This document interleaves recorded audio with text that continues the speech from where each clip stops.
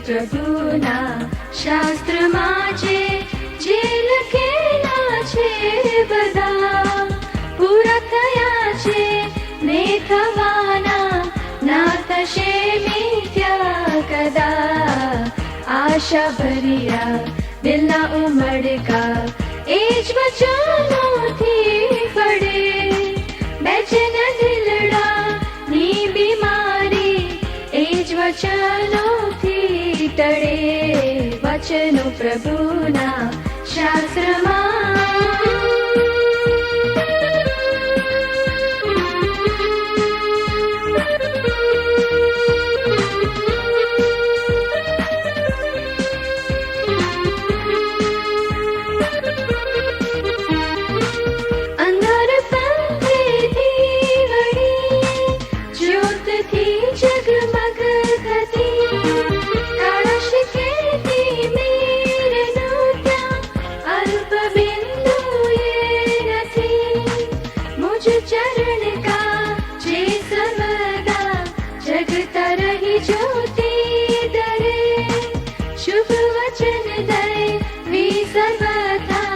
चलता रही चौकी करे वचनो प्रभुना शास्त्રમાં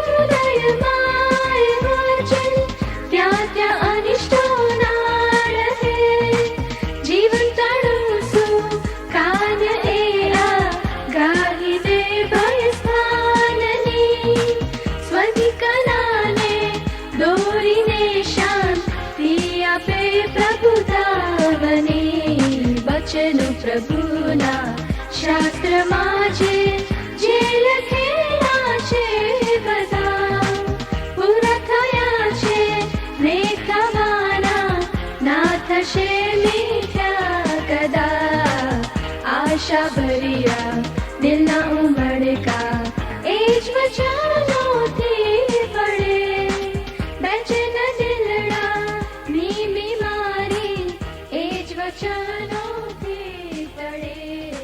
વચનો પ્રભુના શાસ્ત્રમાં છે જે લખે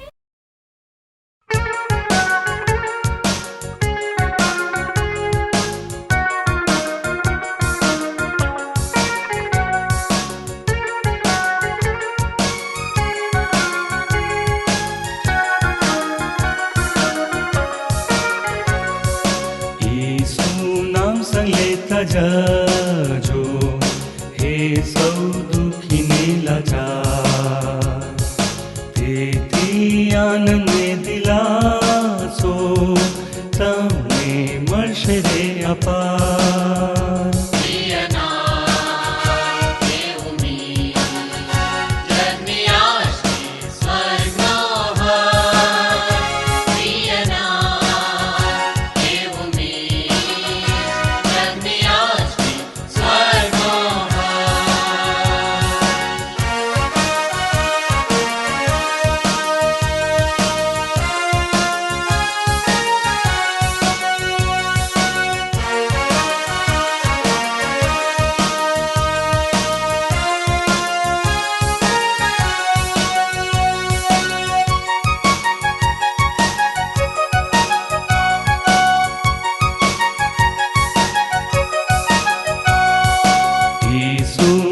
સારાજો સદા દરેક ફાંદાથી તરશે તે નામ લઈને કરજો પ્રાર્થના જ્યારે પરીક્ષણ આવે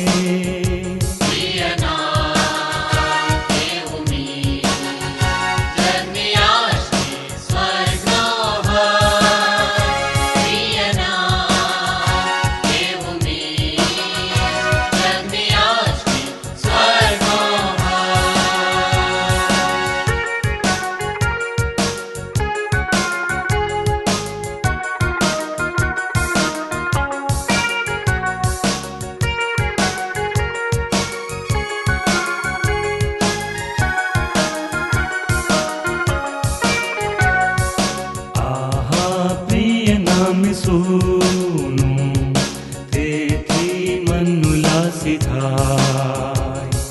તેના પ્રેમી હાથમાં રહું હર્ષથી તેના ગીતો ગાય.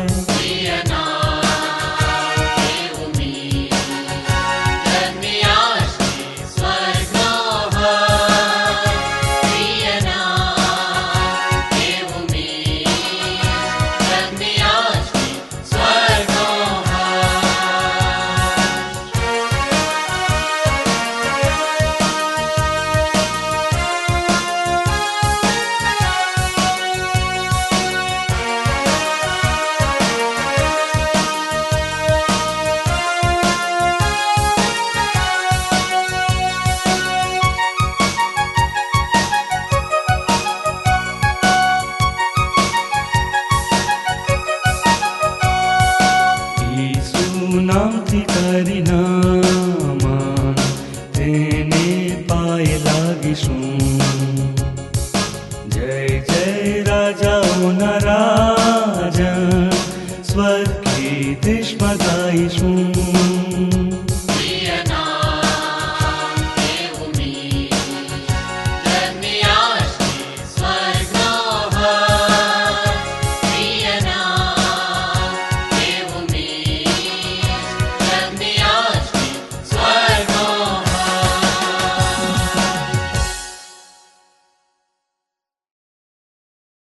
દરમિયાન આપણે બાઇબલના કેટલાક પાત્રો વિશે અભ્યાસ કરી રહ્યા છે. બાઇબલમાં ઘણા બધા એવા પાત્રો દર્શાવવામાં આવ્યા છે જે પાત્રો ઈશ્વરે પોતાના સામર્થ્ય દ્વારા, પોતાના આત્માના પરાક્રમ દ્વારા બહુ અજાયબ જેવી રીતે બદલ્યા હોય. અને આવું જ એક સુંદર પાત્ર એ પ્રભુ ઈસુ ખ્રિસ્તના ભાઈ યાકૂબનું છે. અને તે પાત્રના અભ્યાસમાં આપણને રેવરન્ડ ઉદય ભાદરુ સાહેબ દોરી જશે. રેવરન્ડ ઉદય ભાદરુ સાહેબ તેઓએ યુનિયન બિબ્લિકલ સેમિનરીમાં બેચલર ઓફ ડિવિનિટીનો અભ્યાસ કર્યો. તેઓ ડાયોસિસમાં જોડાયા તે પહેલાં તેઓ જુવાનો મધ્યની સેવામાં હતા અને ડાયોસિસમાં પણ તેમની સેવાઓ ખૂબ જ અસરકારક અને આશીર્વાદિત છે. તેઓ ચોક બજાર CNI ચર્ચ સુરતના પાળક સાહેબ છે. તેમના પરિવાર સાથે તેઓ પ્રભુના મહિમાને માટે વપરાય છે અને ઘણા બધા જીવનોને માટે તેમનું શિક્ષણ, તેમનો ઉપદેશ, તેમની સેવાઓ એ આશીર્વાદરૂપ છે. અને માટે આજે તેઓ આપણી મધ્યે છે. પ્રભુનો આભાર માનીએ છીએ અને આ સમય અત્યારે તેમને આપવામાં આવે છે. પ્રભુ ઈસુ ખ્રિસ્તના નામમાં આપ સર્વને પ્રેમી સલામ. અને આજના સવારના બાઇબલ અભ્યાસમાં પ્રભુ ઈસુ ખ્રિસ્તના નામમાં આપ સર્વનો હું આવકાર કરું છું. આજે આપણે બાઇબલમાંના એક પાત્રનો અભ્યાસ કરવા માંગીએ છીએ અને યાકૂબના પાત્રનો આપણે અભ્યાસ કરવા માંગીએ છીએ. નવા કરારમાં યાકૂબનું જે પાત્ર છે એની પર આપણે આજે મનન કરીશું અને યાકૂબના જીવન પરથી આપણે શીખીશું. એ પડકારો આપણને જે મળે છે, જે ચેલેન્જીસ આપણને મળે છે એ સંબંધી આપણે વિચાર કરીશું અને વિમર્શ કરીશું અને મનન કરીશું.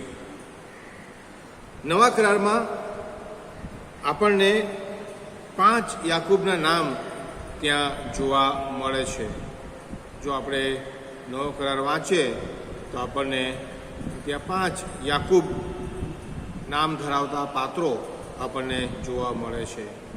જે પહેલું પાત્ર છે તે યાકૂબ ઝબદીનો દીકરો, પ્રભુ ઈસુ ખ્રિસ્તના 12 શિષ્યોમાંનો એક. બીજું જે પાત્ર છે તે યાકૂબ અલ્ફીનો દીકરો કે જે પણ પ્રભુ ઈસુ ખ્રિસ્તના 12 શિષ્યોમાંનો એક. ત્રીજું પાત્ર આપણને માર્કની લખેલી સુવાર્તા એનો 15મો અધ્યાય અને એની 40મી કલમ ત્યાં જોવા મળે છે કે નાનો યાકૂબ, જેમ્સ ધ યંગર, જે મરિયમનો દીકરો, ત્યાં આપણને જોવા મળે છે.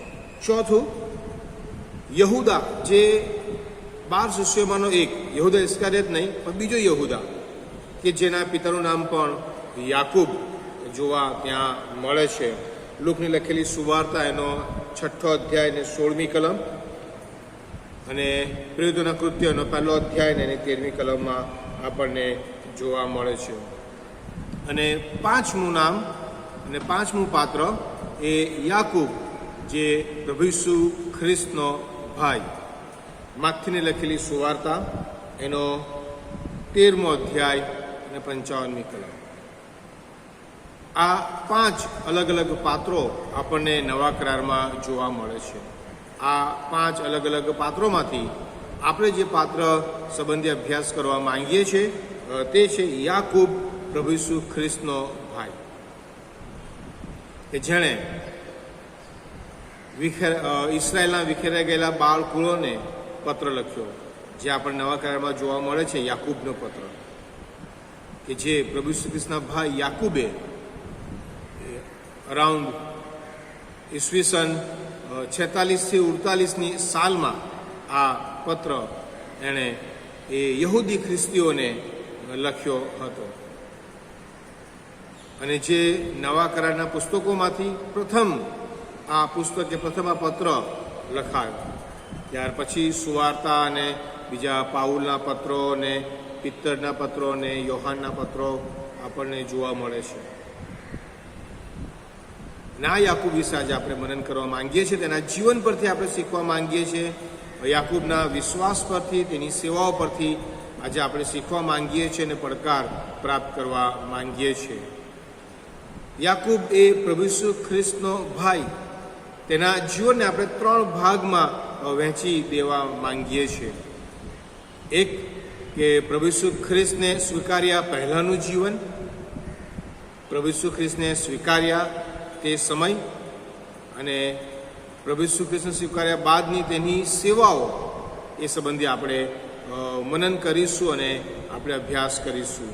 બહુ જ રસપ્રદ આ પાત્ર છે યાકૂબ, કે જે પ્રભુ ઈસુ ખ્રિસ્તનો ભાઈ, જેણે કદી પોતાના પત્રમાં એવો ઉલ્લેખ નથી કર્યો, પણ એવો ઉલ્લેખ કર્યો છે કે પ્રભુનો સેવક, પ્રભુનો દાસ. એની નમ્રતા ત્યાં જોવા મળે છે. પહેલું જે ભાગ છે યાકૂબનો, એના જીવનનો, પ્રભુ ઈસુ ખ્રિસ્તને સ્વીકાર્યા પહેલાંનો. યાકૂબ એક ધર્મપરાયણ કુટુંબમાં તેનો ઉછેર થયો. આપણે જાણીએ છીએ કે યાકૂબના માતા પિતા યુસુફ, કે જે નીતિમાન માણસ, યાકૂબની માતા મરિયમ, કે જે ધર્મપરાયણ સ્ત્રી, એક વિશ્વાસી સ્ત્રી, એક સદ્ગુણી સ્ત્રી, એક ધાર્મિક, એક આત્મિક, એક ધર્મપરાયણ કુટુંબમાં યાકૂબનો ઉછેર થયો. અને સાથે સાથે પ્રભુ ઈસુ ખ્રિસ્તની સાથે તેનો ઉછેર થયો. એ 30 વર્ષ એણે પ્રભુ ઈસુ ખ્રિસ્તની સાથે ગુજાર્યા, એક ઘરમાં, એક કુટુંબમાં.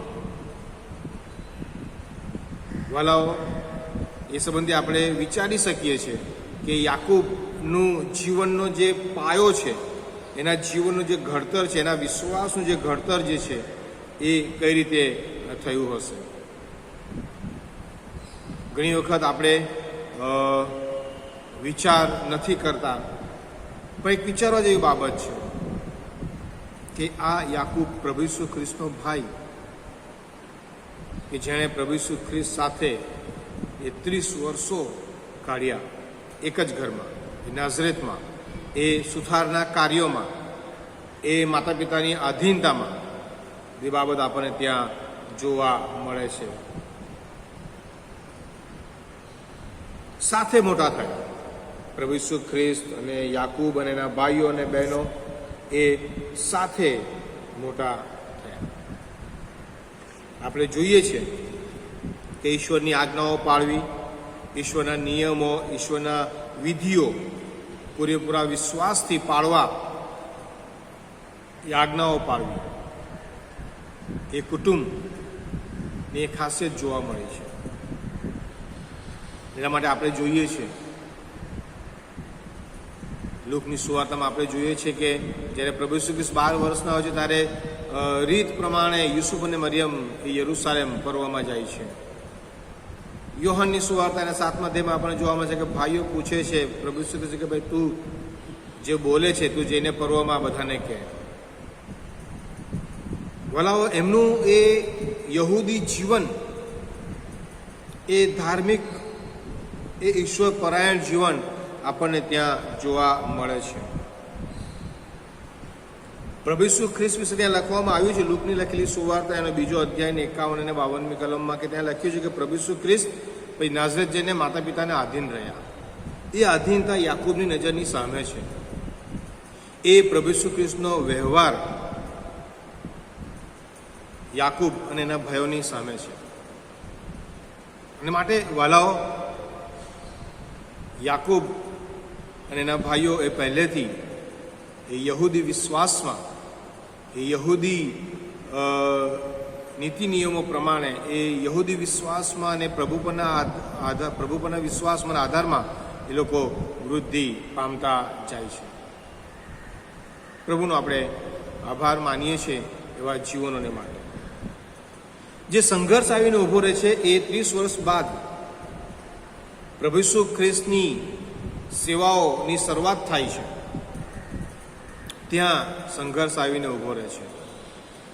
પ્રભુ ઈસુ ખ્રિસ્તની સેવા કાર્ય શરૂ થયું અને શાસ્ત્રીઓ ફરોશીઓનો વિરોધ શરૂ થયો. આ વિરોધ એ ચોક્કસપણે કુટુંબને અસર કરનારું હતું. એ ધાર્મિક આગેવાનોનો વિરોધ, એ ધાર્મિક આગેવાનોની ધૃણા, નફરતનો ભાગ માત્ર પ્રભુ ઈસુ ખ્રિસ્ત નહીં પણ એમના કુટુંબીજનો પણ બનતા હતા. અને એટલા માટે આપણે જોઈએ છીએ કે માર્કની લખેલી સુવાર્તામાં ત્યાં લખવામાં આવ્યું છે. માર્કની લખેલી સુવાર્તા એનો 3 અધ્યાય અને એની 21મી કલમમાં બહુ જબરદસ્ત બાબત ત્યાં લખી છે કે ત્યાં લખવામાં આવ્યું છે કે અને તેના સગાઓ તે સાંભળીને તેને પકડવા બહાર નીકળ્યા, કેમ કે તેઓએ કહ્યું કે તે ઘેલો છે. અને જે શાસ્ત્રીઓ યરૂશલેમથી આવ્યા હતા તેઓએ કહ્યું કે તેનામાં બાલ ઝબૂલ છે ને ભૂતોના સરદારની મદદથી તે ભૂતોને કાઢે છે. વાલાઓ, યાકૂબ અને એના ભાઈઓનો જે સંઘર્ષ પ્રભુ ઈસુ ખ્રિસ્ત સાથે જે હતો એ અહીંયા હતો કે શાસ્ત્રીઓ ફરોશીઓનો વિરોધ અને એમનું પ્રભુ ઈસુ ખ્રિસ્તને હેરાન કરવું એમના કુટુંબ પર બી અસર પાડતી હતી. આપણને બાઇબલમાં વાંચવા નથી મળતું, પણ આપણે ચોક્કસપણે વિચાર કરી શકીએ, સમજી શકીએ છીએ કે જ્યારે કુટુંબની કોઈક વ્યક્તિનો વિરોધ થતો હોય ત્યારે કુટુંબનો પણ વિરોધ થતો હોય છે. અને વલાઓ, અહીંયા આપણને આ જ બાબત જોવા મળે છે. અને આપણને જોવા મળે છે કે હજુ સુધી પ્રભુ ઈસુ ખ્રિસ્તના ભાઈઓએ પ્રભુ ઈસુ ખ્રિસ્ત પર વિશ્વાસ કર્યો નથી. એ આપણને યોહાનની લખેલી સુવાર્તા એનો 7મો અધ્યાય ત્યાં જોવા મળે છે. ત્યાં લખવામાં આવ્યું છે, યોહાનની લખેલી સુવાર્તા એનો 7મો અધ્યાય અને એની 3જી કલમથી ત્યાં લખવામાં આવ્યું છે. અને ત્યાં લખ્યું છે 5મી કલમમાં, કેમ કે તેના ભાઈઓએ પણ તેના પર વિશ્વાસ કર્યો ન હતો. તેના ભાઈઓએ હજુ સુધી વિશ્વાસ કર્યો, હજુ સુધી યાકૂબે વિશ્વાસ કર્યો. એક સંઘર્ષ છે, એક પ્રશ્ન છે. અને જ્યારે તેઓ પ્રભુ ઈસુ ખ્રિસ્તને લેવાને માટે જાય છે અને કોઈક માણસને મોકલે છે, કહેવડાવે છે કે ભાઈ તારી મા અને તારા ભાઈઓ બહાર ઊભા છે, ત્યારે ત્યાં એ એમનો નકાર કરે છે. શિષ્યો તરફ હાથ કરીને કહે છે કે આ જ મારી મા અને આ જ મારા ભાઈઓ. ભલાઓ, એ પારિવારિક સંઘર્ષ ને આપણે જોઈ શકીએ છીએ. એ પારિવારિક મૂંઝવણ, એ મુશ્કેલી આપણે જોઈ શકીએ છીએ. શરૂઆતમાં યાકૂબ એના ભાઈઓને એવું લાગતું હતું કે પ્રભુ ઈસુ ખ્રિસ્ત કંઈક અલગ ખોટે રસ્તે જઈ રહ્યા છે, કારણ કે જે રીતે એ લોકોનો ઉછેર થયો હતો એ સંપૂર્ણ યહૂદી સમાજ અને યહૂદી ધારાધોરણ મુજબ, એ નિયમશાસ્ત્ર મુજબ એ નિયમોને પાળવું, એ વિધિઓ પાળવી, એ પર્વો પાળવા, એ આજ્ઞાઓ પાળવી, એ જે નિયમો કહેવામાં આવ્યા છે એ પ્રમાણેનું જીવન જીવવું, એ ઘરેડ, એ હેબિટમાં તેઓ હતા. એ દર વિશ્રામવારે સભાસ્થાનમાં જઈને પ્રભુની આરાધના કરવી, એ ત્યાં આપણને જોવા મળે છે. અને માટે આ એમનું પ્રભુ ઈસુ ખ્રિસ્તને સ્વીકાર્યા પહેલાંનું જીવન એક ભક્તિભાવવાળું, એક ધર્મપરાયણ, એક સાચા યહૂદી તરીકેનું જીવન તેઓ જીવતા હતા. અને પ્રભુ ઈસુ ખ્રિસ્તની સેવાકાળ દરમિયાન એ શાસ્ત્રીઓ, ફોરસીઓ, યાજકો, સદુકીઓનો વિરોધ કે જે એમના પારિવારિક પ્રશ્નો ઊભા થયા, મુશ્કેલી ઊભી થઈ. અને માટે તેઓ ત્યાં લખે છે કે ભાઈ તો ઘેલો છે, અને એ લોકો એને લેવા જાય છે અને પ્રભુ આવતા નથી. અને ત્યાં યોહાનની લખેલી સુવાર્ત અને 7મા અધ્યાયમાં છે કે હજુ સુધી તેઓએ પ્રભુ ઈસુ ખ્રિસ્ત પર વિશ્વાસ કર્યો નહોતો. આ બધા વચનો પરથી એક બાબત જે ફલિત થાય છે તે એ છે કે પ્રભુ ઈસુ ખ્રિસ્તના ભાઈઓ યાકૂબ અને એના ભાઈઓ અને એની બહેનો, એ લોકો નો ડાઉટ ચોક્કસ સાચા યહૂદી હતા.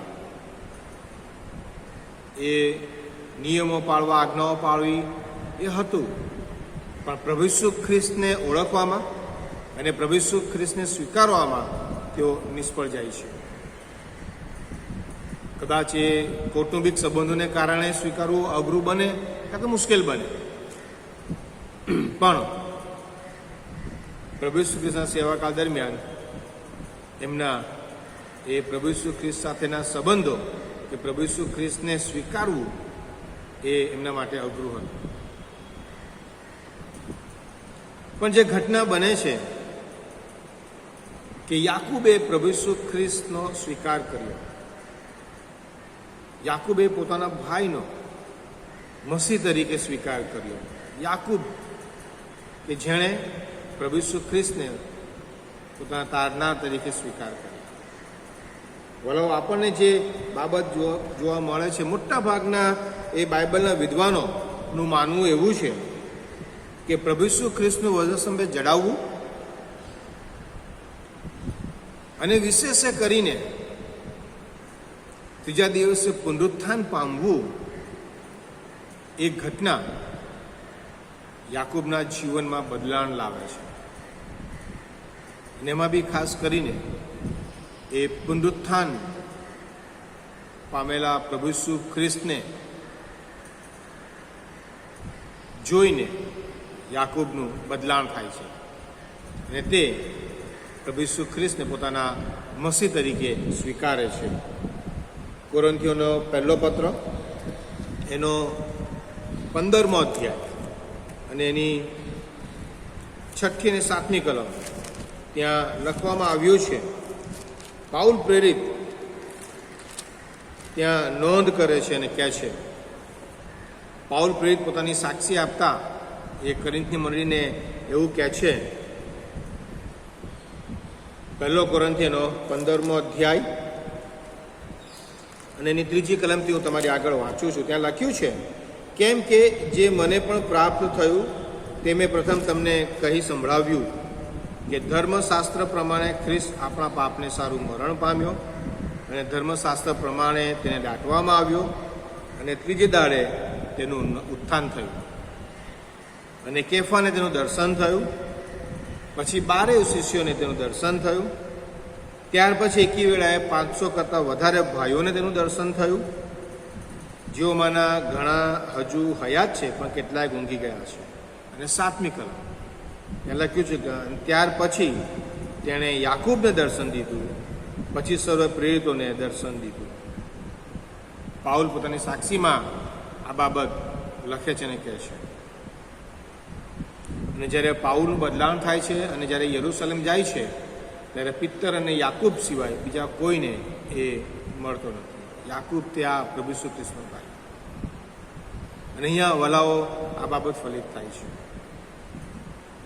કે પુનરુત્થાન પામેલા પ્રભુ ઈસુ ખ્રિસ્તે પોતાના ભાઈ યાકૂબને દર્શન આપ્યું અને યાકૂબનું બદલાણ થયું.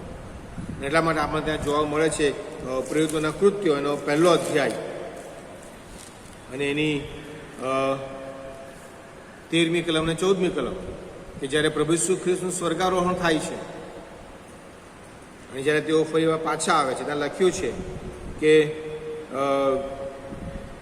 12મી કલમ કે વિશ્રામવારની મજલ છે જેટલે છેટે યરૂશાલેમની પાસે જૈતુન નામે પહાડ છે, ત્યાંથી તેઓ યરૂશાલેમ પાછા આવ્યા. ત્યાં આવ્યા પછી જે મેડી પર તેઓ હતા તેઓ રહેતા ત્યાં તેઓ ઉપર ગયા. એટલે પિત્તર, યોહાન, યાકૂબ, આંદ્રિયા, ફિલિપ, થોમા, બર્થોલોમી, માથી, અલ્ફીનો દીકરો યાકૂબ તથા સિમોન ઝેલોત તથા યાકૂબનો ભાઈ યહૂદા ત્યાં ગયા. અને 14મી કલમ બહુ અગત્યની છે. લખ્યું છે કે એ સઘળા સ્ત્રીઓ સહિત તથા ઈસુની માં મરિયમ અને તેના ભાઈઓ એક ચિત્તે પ્રાર્થનામાં લાગુ રહેતા હતા. અને આ એક જ બાબત બતાવે છે કે યાકૂબ અને તેના ભાઈઓએ અને એની માએ, પ્રભુ ઈસુ ખ્રિસ્તની માં મરિયમ એના ભાઈઓએ પ્રભુ ઈસુ ખ્રિસ્તનો મસીહ તરીકે એનો અંગીકાર કર્યો. જે સંઘર્ષ 3 વર્ષ કે 7 વર્ષ એમણે અનુભવ્યો અને જ્યારે એમણે પુનરુત્થાન પામેલા પ્રભુ ઈસુ ખ્રિસ્તને જોયા, પોતાના ભાઈને જોયા અને એમને ખ્યાલ આવી ગયો કે આ પૃથ્વી પરનો સંબંધ ભાઈનો એના કરતાં વિશેષ જે સંબંધ જે છે તે છે કે મસીહ તરીકેનો, તારનાર તરીકેનો. અને યાકૂબ અને એના ભાઈઓ એ પ્રભુ ઈસુ ખ્રિસ્તને પોતાના તારનાર તરીકે સ્વીકારે છે. વાલાઓ, આ યાકૂબનું બદલાણ જ્યાં અહીંયા આપણને જોવા મળે છે, કે જ્યાં લખ્યું છે ગલાતીયોનો પત્ર એનો 1લો અધ્યાય અને એની 9મી કલમ, ત્યાં પણ આ જ બાબત આપણને જોવા મળે છે. 19મી કલમ, ગલાતીયોનો પત્ર એનો 1લો અધ્યાય અને એની 18 અને 19મી કલમ હું વાંચું છું. ત્યાં લખ્યું છે કે ત્યારબાદ 3 વર્ષ પછી કેફાની મુલાકાત લેવાને હું યરૂશાલેમ ગયો અને તેની સાથે 15 દિવસ રહ્યો, પણ પ્રભુના ભાઈ યાકૂબ સિવાય પ્રેરિતોમાંના બીજા કોઈને હું મળ્યો નહીં. એની બાબત ત્યાં ફલિત થાય છે કે યાકૂબ જે પ્રભુ ઈસુ ખ્રિસ્તનો ભાઈ, તેણે પ્રભુ ઈસુ ખ્રિસ્તનો સ્વીકાર કર્યો. એ સ્વર્ગારોહણ બાદ જે પ્રેરિતોના કૃત્યોનો 1લો અધ્યાય અને એની 14મી કલમમાં કે ઈસુની માં મરિયમ અને તેના ભાઈઓ એક ચિત્તે પ્રાર્થનામાં લાગુ રહ્યા.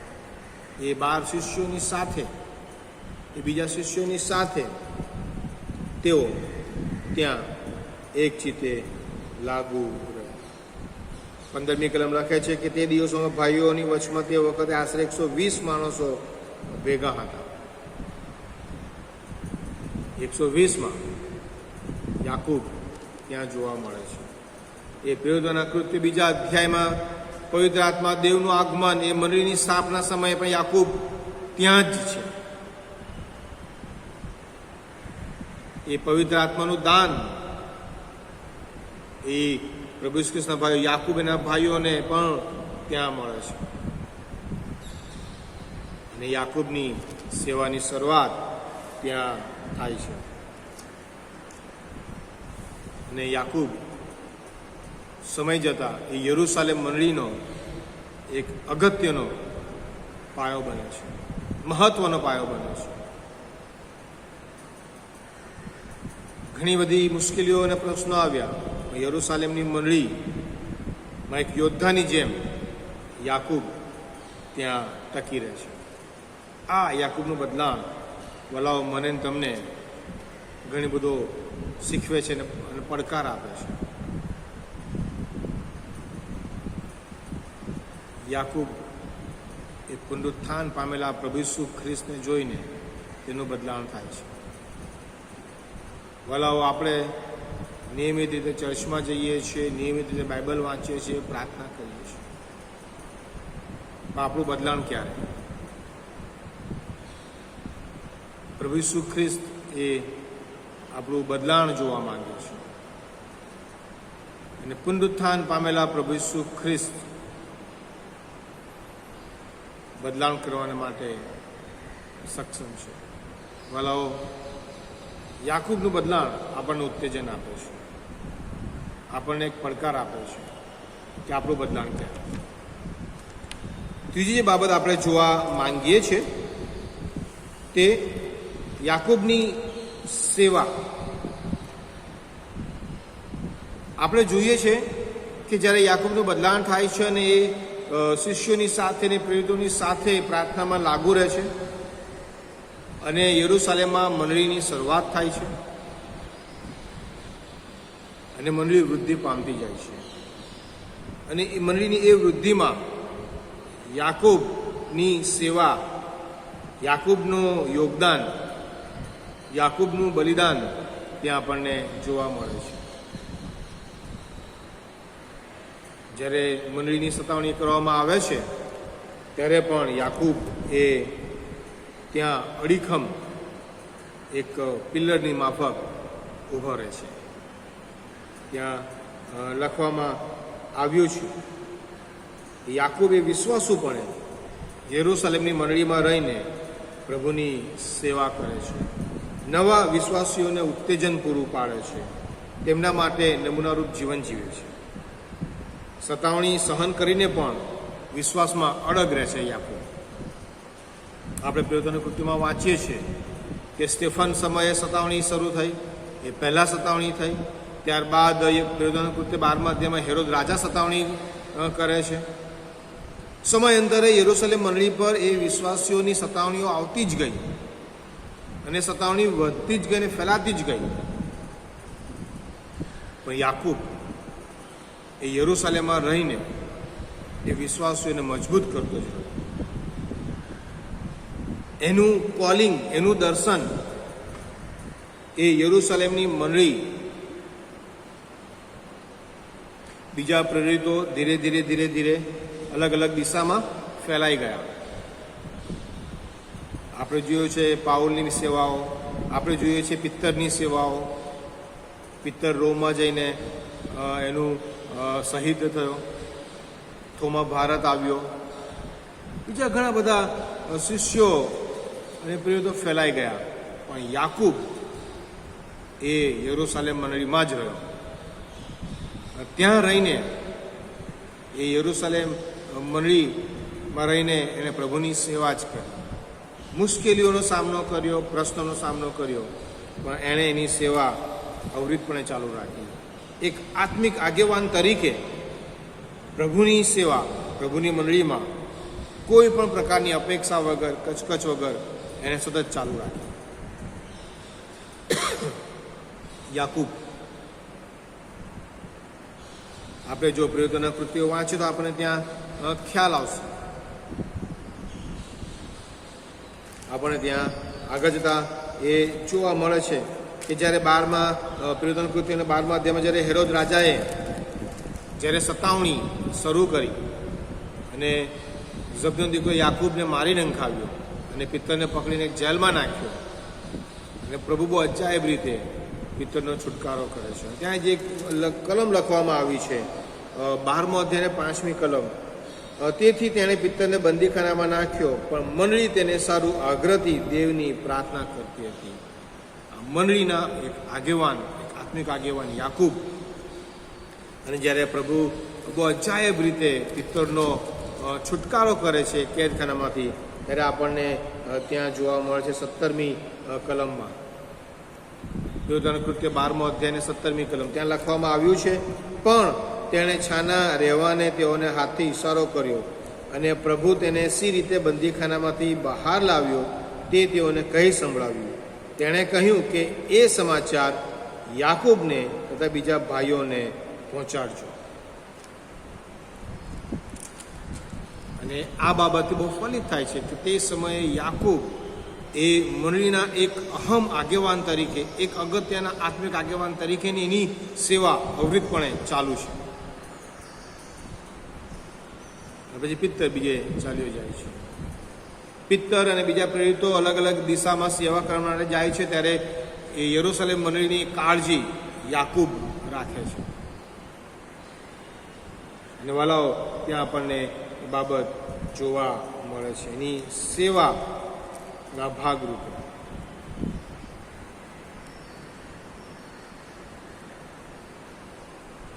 યાકૂબનું ભક્તિભાવવાળું જીવન આપણને ઉત્તેજન પૂરું પાડે છે. પ્રેરિતોના કૃત્યોનો 21મો અધ્યાય અને એની 17 થી 20 કલમ એનું ભક્તિભાવવાળું જીવન ત્યાં બતાવે છે. બાઇબલના ઇતિહાસકારો એવું કહે છે કે યાકૂબ એ પ્રાર્થનાવાદી માણસ હતો, એક પ્રાર્થના પરાયણ વિશ્વાસી વ્યક્તિ હતો. યાકૂબ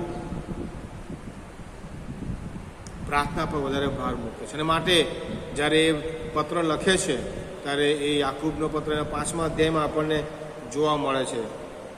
યાકૂબનો 5મો અધ્યાય, યાકૂબનો પત્રનો 5મો અધ્યાય અને 13 થી 18 કલમ એ પ્રાર્થના સંબંધી જે શિક્ષણ આપે છે, વિશ્વાસથી કરેલી પ્રાર્થના અને ન્યાયી માણસની પ્રાર્થના પરિણામે સાર્થક નીવડે છે. અને એનું જીવન એ પ્રાર્થનાવાદી જીવન હતું. બાઇબલના ઇતિહાસકારો એવું કહે છે કે યાકૂબ ઘૂંટણો પર પ્રાર્થનામાં સમય કાઢતો અને માટે એના ઘૂંટણો એ ઊંટના ઘૂંટણ જેવા એ જાડા અને બરડ અને કઠોર થઈ ગયા. અને માટે બાઇબલના વિદ્વાનો અને બાઇબલના ઇતિહાસકારો યાકૂબ વિશે એવું કહે છે, અ મેન વિથ કેમલ્સ ની, માણસ જેના ઘૂંટણ ઊંટના ઘૂંટણ જેવા છે. યાકૂબ એક ન્યાયી માણસ. એ રીતે યાકૂબ તે સમયે મંડળીમાં એના સમયમાં એ ઓળખાતો. એક આત્મિક આગેવાનની નિશાની અહીંયા આપણને જોવા મળે છે યાકૂબના જીવન પર. ભક્તિભાવવાળું જીવન, વિશ્વાસને અમલીકરણમાં લાવનારું જીવન, યાકૂબનું એ કન્સર્ન, યાકૂબની કાળજી લેવાની બાબત ત્યાં આપણને જોવા મળે છે.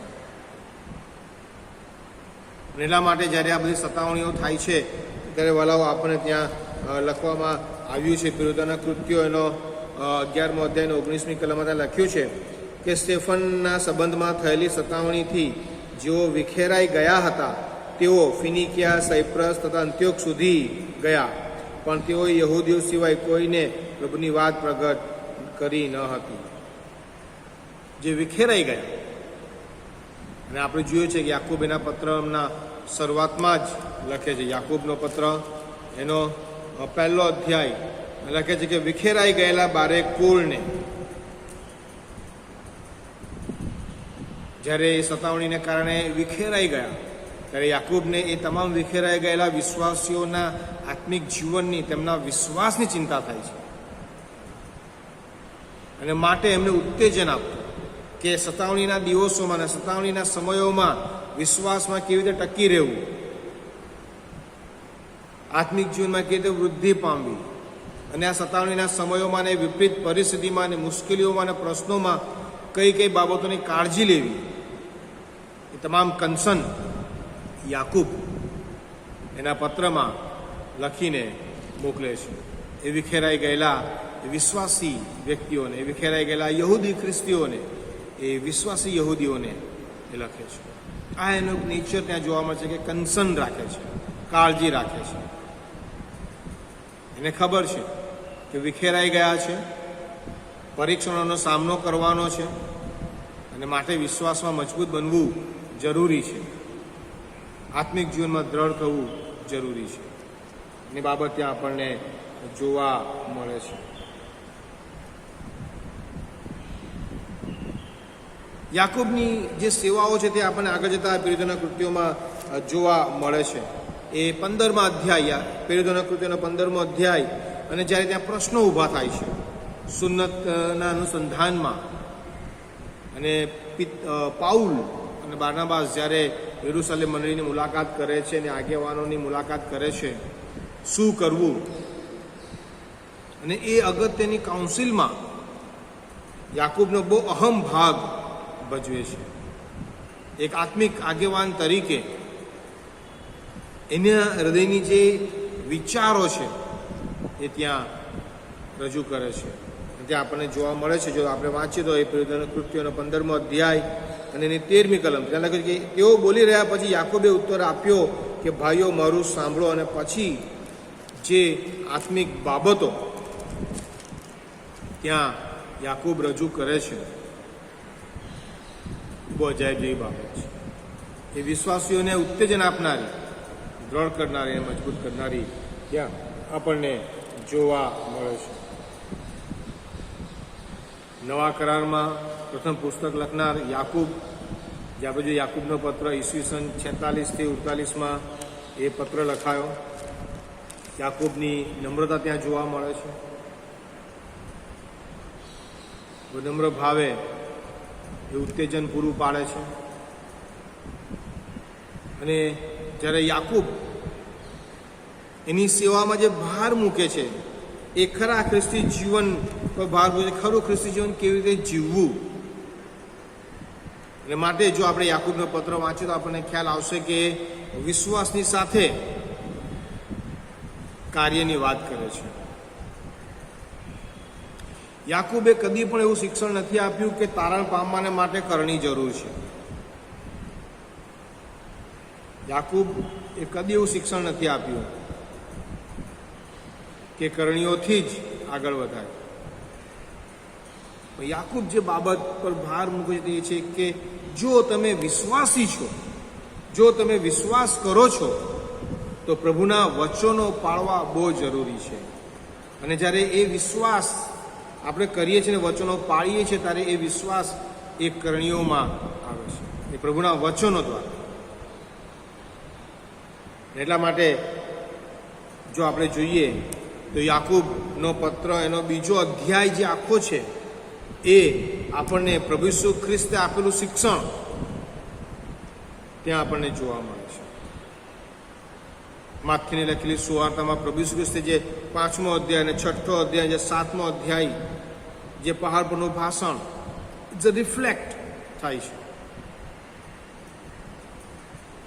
સાથે એટલું જ નહીં, પ્રથમ મંડળીની જે લાક્ષણિકતા જોવા મળે છે, પ્રેરિતોના કૃત્યો એનો બીજો અધ્યાય અને એની 44 થી 47મી કલમ ત્યાં લખ્યું છે કે એને પ્રેરિતો વચનમાં અને બોધમાં અને શિક્ષણમાં રોટલી ભાંગવામાં રહ્યા.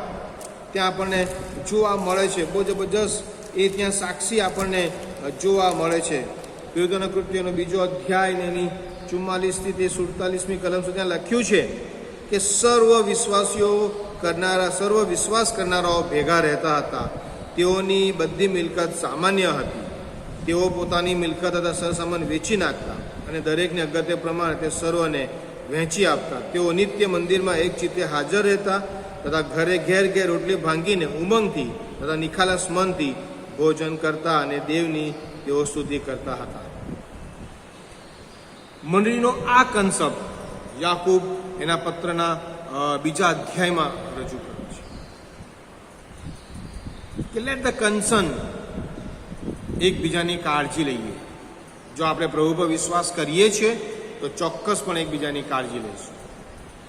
પ્રેરિતોના કૃત્યોનો 4થો અધ્યાય ને એની 32મી કલમ અને 37મી કલમ, 32 થી 37 કલમ ત્યાં લખ્યું છે કે વિશ્વાસ કરનારાઓનું મંડળ એક મનનું તથા એક જીવનું હતું અને પોતાના જે વાના હતા તેમાંનું કંઈ મારું પોતાનું છે એવું કોઈ કહેતું નહીં, પણ સઘળી વસ્તુઓ તેઓ સર્વને સામાન્ય હતા. What a great attitude. હાલની પરિસ્થિતિમાં મારું ને તારું કરવામાંથી દુનિયા અને વિશ્વાસી વ્યક્તિઓ પણ ઊંચા આવતા નથી. અને અહીંયા જે કન્સેપ્ટ યાકૂબ રજૂ કરે છે એના પત્રમાં તે આ જ છે કે પ્રથમની મંડળી એ કઈ રીતે વૃદ્ધિ પામતી હતી, એક ચિત્તના એક મનના થઈને આગળ તેઓ વૃદ્ધિ પામતા હતા. અને આ લખ્યું છે કે પ્રેરિતોએ મહાપરાક્રમથી પ્રભુ ઈસુના પુનરુત્થાનની સાક્ષી પૂરી અને તેઓ સર્વના ઉપર ઘણી કૃપા હતી. યાકૂબ એના પત્રમાં આ કન્સર્ન રજૂ કરે છે, આ એની સેવા બતાવે છે. ત્યાં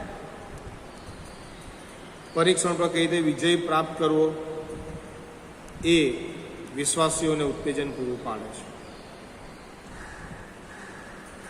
પ્રાર્થના સંબંધી શિક્ષણ આપે છે. ઉપદેશ સંબંધી શિક્ષણ આપે છે. એક ખરું ખ્રિસ્તી જીવન કેવી રીતે જીવવું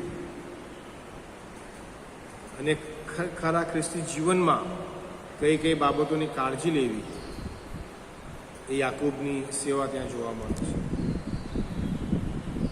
યાકૂબે તે સમયે, એના સમયમાં યરૂશાલેમની મંડળીના એ તમામ વિશ્વાસીઓની કાળજી લીધી છે. એ કન્સેપ્ટ એના મગજમાં છે કે ભાઈ અમે એ સાથે રહેતા હતા અને બધું ભેગું જ હતું, કોઈ મારું તારું કરતું નહોતું. અને માટે તમે જુઓ યાકૂબનો પત્ર એનો 2 અધ્યાયમાં ત્યાં એ લખે છે અને કહે છે કે ભાઈ મારા ભાઈઓ, તમે નિષ્પક્ષપાતપણે આપણા મહિમાવાન પ્રભુ ઈસુ ખ્રિસ્તનો વિશ્વાસ રાખો. અને પછી જાણે કે આખું બાબત જે લખે છે તે કે ગરીબોને માટે એને શું કરવાનું છે, અને આ લખ્યું છે 8મી કલમમાં, તો પણ પવિત્ર લેખ પ્રમાણે જે રાજમાન્ય નિયમ છે, એટલે કે તું પોતાના જેવો પોતાના પડોશી પર પ્રેમ રાખ, એ નિયમ જો તમે પૂરેપૂરો પાળો છો તો તમે ઘણું સારું કરો છો. અને જો તમે પક્ષપાત કરો છો તો તમે પાપ કરો છો. યાકૂબનું જીવન, યાકૂબની સેવા યરૂશાલેમ મંડળીને માટે બહુ અહમ અને અગત્યની હતી. એણે જે પત્ર લખ્યો, એ જે વિશ્વાસીઓ વિખેરાઈ ગયા તેઓને ધ્યાનમાં રાખ્યું. યાકૂબનું જીવન ચરિત્ર, તેનું વ્યક્તિત્વ, તેનો વિશ્વાસ, તેની સેવા આજે આપણને બહુ મોટો પડકાર આપે છે. આજે આપણને બહુ મોટી ચેલેન્જ પૂરી પાડે છે કે આજના આ આધુનિક સમયમાં, આજની જે દુનિયા જે છે, જે વલણ છે, જે ધારાધોરણ છે, એમાં હું ને તમે ક્યાં છે. યાકૂબનું પાત્ર આપણને ઉત્તેજન પૂરું પાડે છે, આપણને એક પડકાર આપે છે કે શું પુનરુત્થાન પામેલા પ્રભુ ઈસુ ખ્રિસ્તને આપણે સ્વીકાર્યા છે? શું આપણું બદલાણ થયું છે? અને જો બદલાણ થયું છે તો મંડળી મધ્યની મારી તમારી સેવાઓ કેવી છે? યાકૂબ કે જે હંમેશા નવા વિશ્વાસીઓની કાળજી લે છે, જે હંમેશા નવા વિશ્વાસીઓને ઉત્તેજન પૂરું પાડે છે, જે હંમેશા નવા વિશ્વાસીઓને દ્રઢ કરે છે, મંડળીમાં રહીને વિશ્વાસુપણે એ કામ કરતો રહ્યો. સતાવણીઓ આવી, મુશ્કેલીઓ આવી, પ્રશ્નો આવ્યા, સંઘર્ષો આવ્યા, એ બધામાં એ અડગ ઉભો અને પ્રભુની સેવા કરી. એક અડીખમ પાત્ર યરૂશાલેમ મંડળીનું ત્યાં આપણને જોવા મળે છે. યાકૂબ જે આપણને પડકાર આપે છે, પ્રાર્થના સંબંધી આપણને પડકાર આપે છે. શું આપણા ઘૂંટણો એ ઊંટના ઘૂંટણો જેવા થયા છે? એ ઘૂંટણે પડીને પ્રાર્થના કરતો એક પ્રાર્થનાવાદી માણસ. યાકૂબના માટે કહેવાતું કે જેમ્સ ધ જસ્ટ, એક ન્યાયી માણસ જે કદી પક્ષપાત કરતો નથી, જે હંમેશા કાળજી લે છે, જે હંમેશા બોજ ધરાવે છે, જે હંમેશા સહાય કરવા માટે તત્પર છે. યાકૂબને માટે એ વિશ્વાસને અમલીકરણમાં લાવવો, એ વિશ્વાસને કરણીઓમાં લાવવો બહુ જરૂરનો છે. હું કઈ રીતે સ્વાર્થી બની શકું? જો હું એવું કહું કે હું વિશ્વાસી છું તો હું સ્વાર્થી કઈ રીતે બની શકું? બે વસ્તુ કદી પણ સાથે ના હોય. વિશ્વાસી અને સ્વાર્થ કદી પણ સાથે ના જાય. યાકૂબ આપણને પડકાર આપે છે કે આજની આ વિપરીત પરિસ્થિતિમાં શું હું સ્વાર્થી બનીને રહી જાઉં છું? મારી મંડળીમાં હું એવા ઘણા કુટુંબોને જાણું છું, શું હું મદદ કરું છું? વાલાઓ, યાકૂબ આજે આપણને પડકાર આપે છે. ને યાકૂબ પણ બહુ અજાયબ રીતે શહીદ થયો. યરૂશાલેમ મંડળીમાં જ ઇતિહાસ કરતા, બાઇબલના ઇતિહાસકારો એવું કહે છે કે એને મંદિરની ટોચ ઉપર લઈ જવામાં આવે, ત્યાંથી એને ફેંકી દેવામાં આવ્યો. યાકૂબ આપણે જોઈએ છે કે પ્રભુ ઈસુ ખ્રિસ્તનું જ્યારે પરીક્ષણ થાય છે ત્યારે શૈતાન એ મંદિરની ટોચ ઉપર લઈ જાય છે. એ જ શાસ્ત્રીઓ અને ફરોશીઓ યાકૂબને મંદિરની ટોચ ઉપર લઈ જઈને એને ઉપરથી નીચે ફેંકી દે છે અને જુએ છે કે હજુ જીવતો છે, તેને મારી નાખે છે. ઈસવીસન 62માં યાકૂબ શહીદ થયો. પ્રભુનો આપણે આભાર માનીએ છીએ યાકૂબના પાત્રને માટે, તેના જીવનને માટે. બહુ અજાયબ જેવો પડકાર યાકૂબનું પાત્ર આપણને આપે છે. હજુ ઘણું આપણે એની પર મનન કરી શકીએ છીએ, વિચાર વિમર્શ કરી શકીએ છીએ. જો તમે યાકૂબનો પત્ર વાંચો, તો તમે પ્રેરિતોના કૃત્યો વાંચો, તમને ખ્યાલ આવશે એનું જીવન, એની રહેણી કરણી આપણને ઉત્તેજન આપે છે કે આપણે પણ એ વિશ્વાસમાં દ્રઢ બનતા જઈએ, મજબૂત બનતા જઈએ. આપણી સેવાઓ વિશ્વાસુપણે, પ્રમાણિકપણે, નિષ્ઠાથી એ મંડળીમાં ચાલુ રાખીએ. આવો આપણે પ્રાર્થના કરીએ. પ્રેમાળ પ્રભુજી, અમે આભાર માનીએ છીએ તમારા સેવક યાકૂબના જીવનને માટે. બહુ અજાયબ જેવું જીવન તેઓ જીવી ગયા અને જે પડકાર પ્રભુ અમને આપ્યો છે એના માટે અમે આભાર માનીએ છીએ. જે બાબતો અમે શીખ્યા એને જીવનમાં અમલમાં મૂકવાને માટે તમારી કૃપાને સહાય આપજો.